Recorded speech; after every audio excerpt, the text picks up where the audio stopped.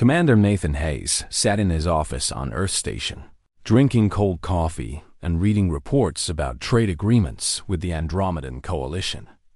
It was boring work, the kind that made his brain feel heavy. He had joined the diplomatic corps to change the galaxy, not to shuffle papers about tariff rates. The communication system on his desk beeped. Not a normal beep. A priority beep. Red light flashed on the screen. Nathan put down his coffee and activated the display. The message was simple. The Xipharian Empire wanted him. Not wanted a delegation. Not wanted a team. Wanted him, Nathan Hayes, personally. The message came from Empress Cathara herself, the most powerful being in the known galaxy. Nathan read the message 3 times. His hands felt cold. The Xipharians were not known for politeness. They were insects the size of humans, with hard shells that looked like metal and eyes that saw things no human eyes could see. They had conquered half the galaxy through pure force. They did not ask for people. They took them or destroyed them. But this message asked. It asked with the full weight of the Xipharian throne behind it. He was to report to the Xipharian royal palace in 14 days. A ship would arrive to collect him. He should bring minimal luggage and 1 security officer of his choice. No weapons. No recording devices. Complete discretion was required. Nathan closed the message and stared at the blank screen. His reflection looked back at him, confused and afraid. He called Lisa Grant immediately. Lisa was his head of security, a woman who had fought in 3 wars and never flinched when ships exploded around her. If anyone would know how to handle this, it was her. They met in the secure meeting room on the lower level of the station. Lisa read the message in silence. Her expression did not change. She was like that about everything, even the time a bomb went off in the docking bay. When she finished, she looked at Nathan. "They want you alive," she said. "If they wanted you dead, they would not send an invitation. That is supposed to make me feel better?" "It should," Lisa said. She sat back in her chair. The Xipharian queen has never summoned a human to her court. Never. I checked the records. There are reports of humans being brought to Xipharian worlds, but not like this. Not as guests of the Empress. Then why now? Why me? Lisa shook her head. That is what we need to find out. But we go. You do not refuse the Xipharian Empress.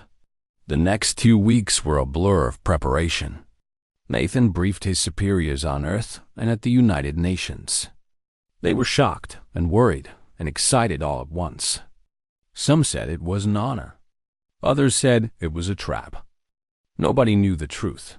Nathan packed light, as instructed. He brought 2 uniforms, some personal items, and a small data pad with basic information about human culture. He did not know what Cathara wanted, so he did not know what to prepare for. Lisa packed weapons anyway, hidden in places that were hard to find. Nathan told her not to. Lisa did it anyway. That was why he trusted her. The Xipharian ship arrived on schedule. It was not like human ships. It had no windows, no visible engines, no clear lines.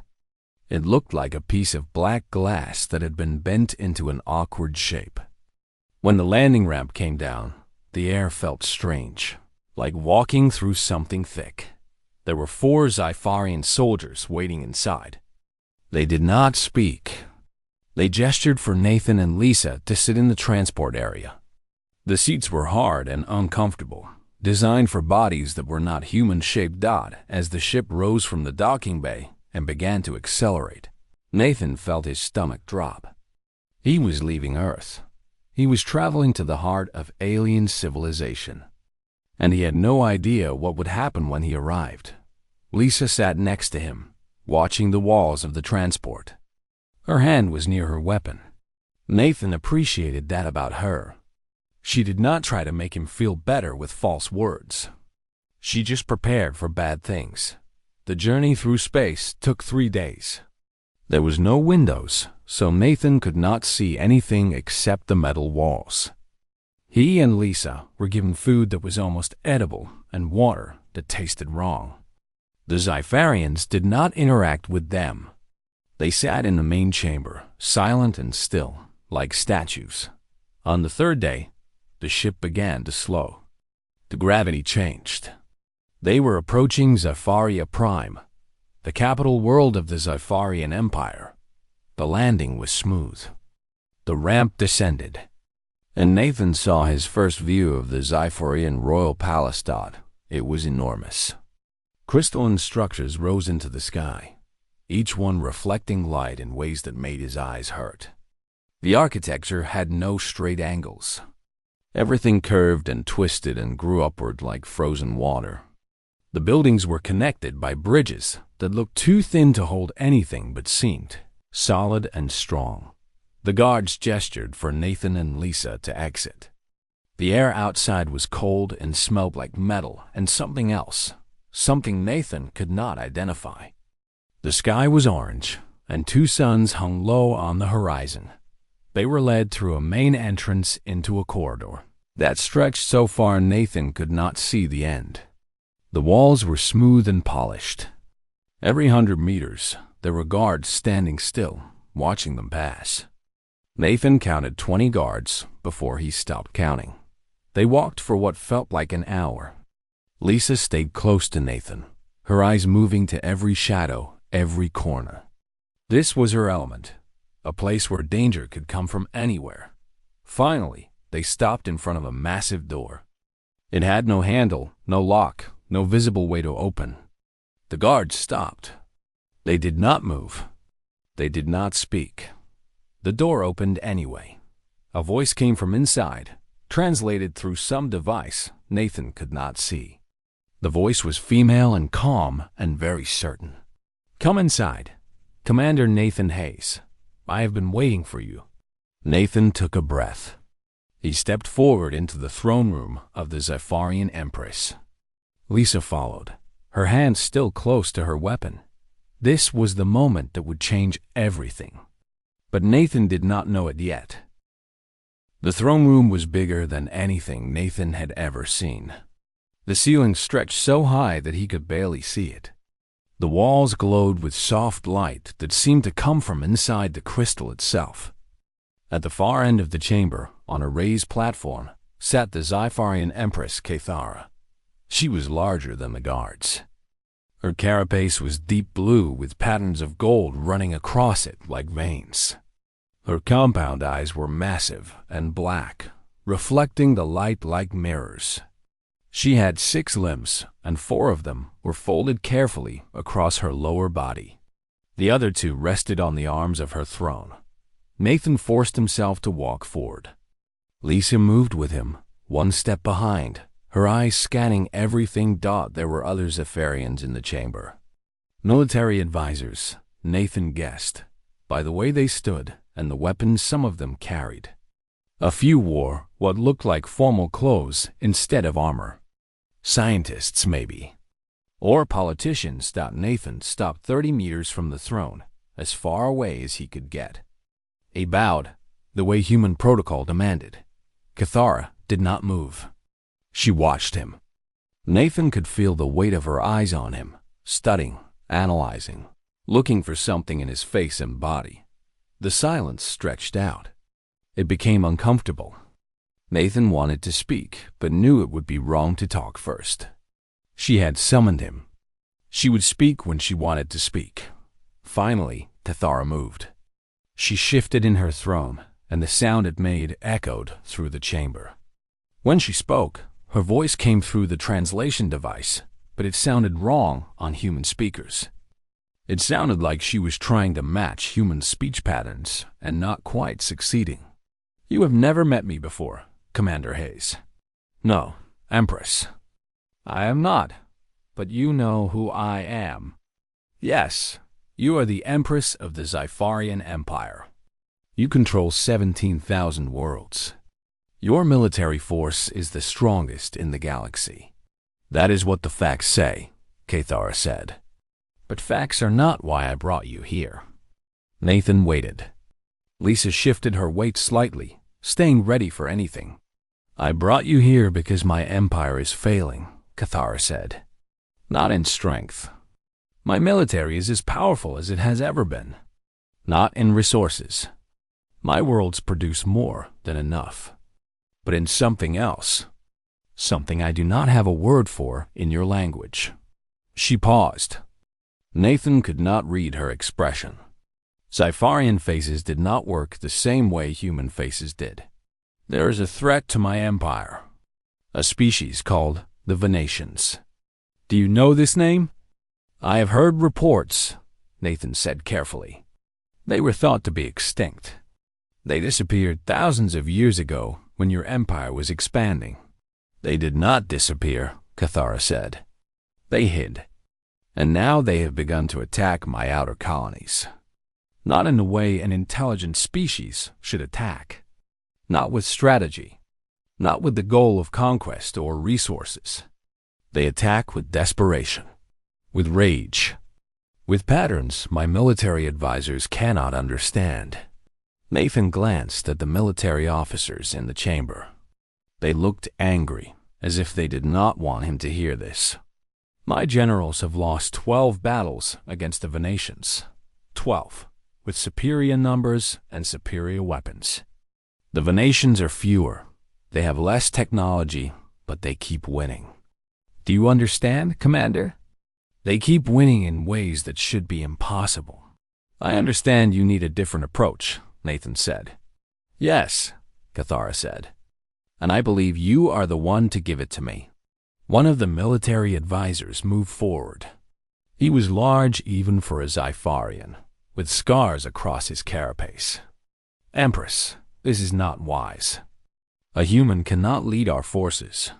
Cathara turned her compound eyes on him. The temperature in the chamber seemed to drop. I did not ask for your opinion, Commander Vex. I have made my decision. Vex stopped talking, but his mandibles clicked together in anger. Cathara turned back to Nathan. I want you to lead a task force. Humans and Zypharians together. You will study the Venetian attacks. You will find the pattern that my advisors have missed. And you will stop them. Nathan's mouth went dry. Empress, I am not a military commander. I am a diplomat. I know what you are, Cathara said. That is exactly why I want you. Your military generals are too much like me. We think in the same ways. We understand power and strategy and the rules of war. But the Venetians do not follow these rules. You are human. You think differently. You understand desperation in ways that a Zypharian cannot. I do not understand desperation better than you, Nathan said. I just understand humans. The Venetians are not human. No, Cathara said. But they are desperate. And you have survived things that should have killed your entire species.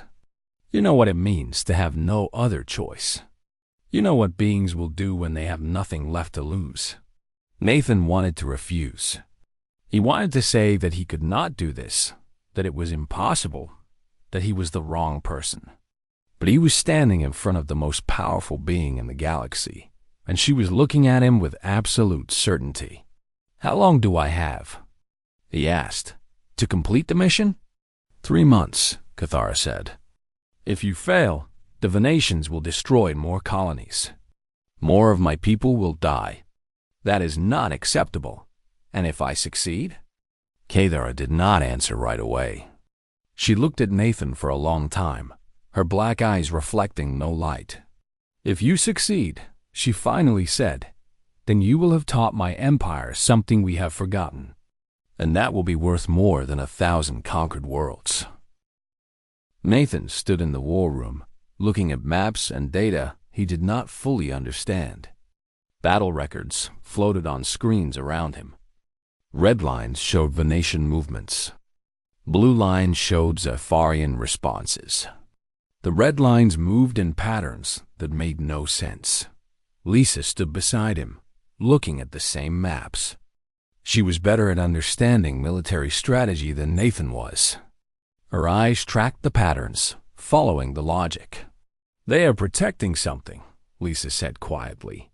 Look, Every attack happens within 200 kilometers of this region. And every time the Xipharians move forces to stop them, the Venetians pull back and hit somewhere else. But they never move far from this area. Nathan looked at where she was pointing. She was right. All the Venetian movements stayed within a specific zone. It was like they were drawn to it, pulled back by something stronger than the desire to win. A Xipharian officer entered the war room. It was Commander Vex, the one who had questioned the Empress.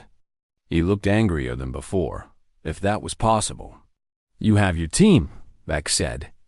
He did not sound happy. 20 of my best soldiers and the resources you requested. But I am telling you now, human, this will fail. The Venetians are animals.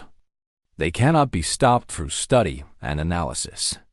They can only be destroyed. Then we will try destroying them, Nathan said. But first, let me understand what we are destroying. Vex made a sound that was probably anger. He turned to leave. Then he stopped. "The Empress believes in you," he said, not looking back. "I do not know why, but she does. So I will help you, even though I think you will get more of my soldiers killed."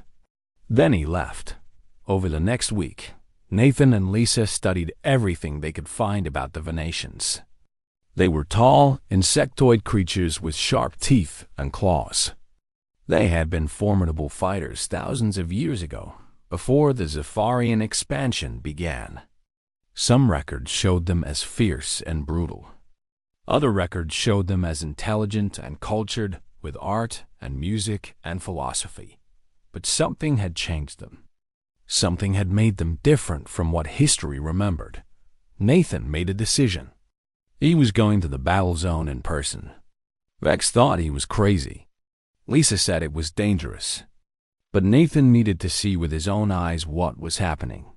They took a small ship to the disputed territory. The sky above was gray and looked sick. The ground below was rocky and broken. There had been fighting here, lots of it. The bodies were gone, but burn marks showed where explosions had happened. They set up a temporary camp. Xipharian soldiers formed a perimeter around it, weapons ready for attack. Nathan and Lisa worked through the night, setting up communication equipment. At dawn, Nathan transmitted an open message. He identified himself as the human commander sent by the Empress. He said he wanted to talk. He said there did not need to be more fighting. Nothing happened for 6 hours. Then, as the sun was getting low, a signal came back. A Venetian wanted to meet. One representative from each side. Neutral ground, away from weapons. The message was clear and direct. Lisa wanted to refuse. It could be a trap. It probably was a trap. Nathan agreed it probably was. But he went anyway. He walked alone into the rocky area between the camps. Lisa watched from a distance, a rifle across her body. The Venetian appeared from behind a ridge. He was tall, maybe 2 meters, with a hard exoskeleton that was brown and scarred. His eyes were yellow and intelligent. He moved carefully, his forearms held away from his body to show he was not reaching for weapons. "I am Krell," the Venetian said. His voice came through a translation device. "You are the human. I am Nathan Hayes. I am here to understand why you are fighting." Krell made a sound that might have been surprise. "To survive. We fight to survive." "But you are winning against the Xipharians," Nathan said. "You could escape. You could leave this region and never fight again." "We cannot," Krell said. "This region is where our breeding colonies are. If we leave, the Xipharians will find them. They will kill everyone. The children, the elders, everyone. They have done this before, Commander Hayes. Thousands of years ago, they did this to our entire civilization." Nathan understood then. He finally understood. "You are not trying to win a war," Nathan said. "You are trying to buy time. You are trying to protect your people." "Yes," Krell said. "That is all we have ever wanted. To be left alone. To rebuild. But the Xipharians will not allow it. Nathan took a step forward. What if I could change that? What if I could offer you something else? Safe territory. A place where your people could live without fear. Where you could rebuild without hiding. Krell's yellow eyes studied Nathan carefully. Why would the Xipharian Empress agree to this? I do not know yet, Nathan said honestly. But let me try. The throne room was full of angry Xipharians. Nathan stood in front of the Empress, trying not to think about how much firepower was directed at him from different directions. He had brought Krell's proposal to Cathora 3 days ago. It had caused chaos. The military wanted to reject it immediately. They said giving territory to the Venetians was surrender. They said it was weakness. They said Nathan had betrayed the Empress and should be executed. Cathora had listened to everything without speaking. Then she had called this meeting. Explain again, Cathora said. Why I should give territory to an enemy that is trying to kill my people. Nathan took a breath. He had prepared for this. He had known it would be hard. Because the fighting will never end if you do not, Nathan said. The Venetians are not trying to conquer you. They are trying to protect their children. You cannot kill that kind of determination, Empress. You can only destroy it by offering them something better. You can only beat desperation by giving hope. Commander Vex stood up. The human speaks nonsense. We should crush the Venetians. We have the strength. We have the strength, Nathan agreed. But what will it cost? 12 battles lost. How many more will you lose? How many of your soldiers will die? And when you finally destroy the Venetians, what will you have gained? Territory that is worthless and the anger of every species in the galaxy who sees what you did to people who just wanted to live. The room was silent. Nathan continued. The humans have a saying. We are strong, not because we can destroy, but because we can choose not to. We are powerful not because we conquer, but because we offer peace. That is something the Xipharians have forgotten. Cathora stood. All the other Xipharians stood immediately. She was moving, and they had to show respect. What do you propose? She asked Nathan. Give the Venetians a territory. 10,000 kilometers of land that has no strategic value. Let them build their civilization there. Make a treaty that says neither side will attack the other. Let them live, and if they attack, then you have the moral authority to destroy them, Nathan said. But they will not attack. Krell just wants his people safe. Cathora moved down from her platform. She walked past her advisors, past the military commanders, directly to Nathan. She was much larger than him. He had to look up to see her face. You think I'm like your species, Cathora said. You think I became Empress because I conquered. You think I have forgotten mercy. I think, Nathan said, you became Empress because you are strong. Real strength is showing mercy when you have the power to destroy. Cathora was silent for a long time. Then she turned to face all the Xipharians in the room. We will offer the Venetians a territory, she said. We will make a peace treaty. And any commander who violates this treaty will answer to me personally. The room exploded. Military officers shouted in protest. Politicians argued. But Cathora raised one of her upper limbs, and everything stopped. This is not a discussion, she said. This is a command. Then she turned back to Nathan. There is one more thing. Yes, Empress? I want you to stay here, as my permanent diplomatic advisor. I want you to teach my people what you have taught me today. That there is strength in understanding. That there is power in offering hope instead of just offering destruction. Will you do this? Nathan thought about Earth. He thought about his apartment and the cold coffee he drank and the boring trade reports. He thought about Lisa, standing beside him waiting to see what he would choose. Yes, Nathan said. I will stay. 3 months later, Nathan stood on the palace balcony watching the two suns set. The Venetian Treaty had been signed. The territory had been given. The breeding colonies were starting to move from their hidden places into the open. Lisa came to stand beside him. She was staying on Zafaria too. She said someone needed to make sure Nathan did not get killed by his own optimism. The first Venetian civilian settlement is being established, Lisa said. 5,000 individuals. Children running around. They looked happy, Nathan. They actually looked happy. Nathan nodded.